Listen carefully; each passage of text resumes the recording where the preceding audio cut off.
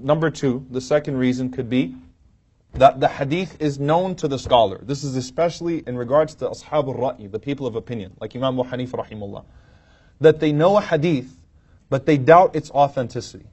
So others are convinced of its authenticity, but they have doubts about its authenticity, and they would rather rely upon their reasoning until they're sure about its authenticity.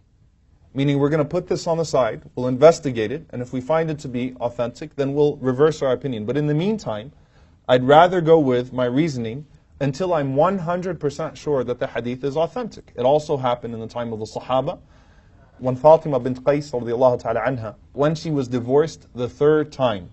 Fatima bint Qais was married to a companion by the name of Abu Amr ibn Hafs.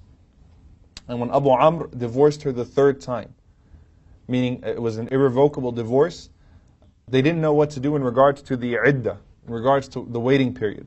So it wasn't clear, because it seems like that was the first triple divorce in Islam. Before then, they were used to the concept of one divorce, and then the iddah either expires or a woman is taken back.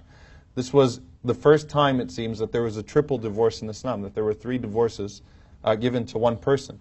So they didn't know what to do, so she went to her home. She left the house after the 3rd divorce, and he sent her some barley. And she thought that that was really cheap and really insulting, and whatever it was. He sent her some barley, so they didn't know what to do, whether there is a iddah or not, whether there is nafaqah, whether there is maintenance that's due or not, whether he has to give her anything at that point or not. And the Prophet ﷺ, instead, he decided that because it was the final case of talaq, because in the other 2 talaqs, when there is revocable talaq, the woman stays in the home even as she's in her iddah. There's a chance for her to be taken back and so on and so forth. But in the 3rd case, the Prophet ﷺ told Fatima bint Qais to go and stay with one of the sahabiyat.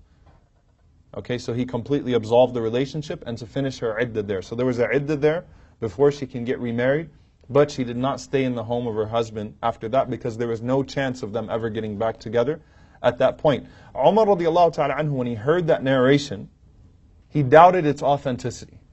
So he said that until I'm sure of it, until I'm able to confirm it, this was in his Khilafah, he said that we'll act upon the first ayah of Surah Al-Talaq, where Allah subhanahu wa ta'ala says, لَا تُخْرِجُوهُنَّ مِن بُيُوتِهُنَّ, that do not make them leave their homes. So he said, until I'm sure of the authenticity of the hadith, then I'm still going to act upon this. So this was true with the Sahaba, it was true with the scholars, especially Ashabul Ra'i. Okay, especially when it came to the people of opinion, again, that were in Iraq, and that we're dealing with many fabricated ahadith and people making things up and philosophies and so on and so forth.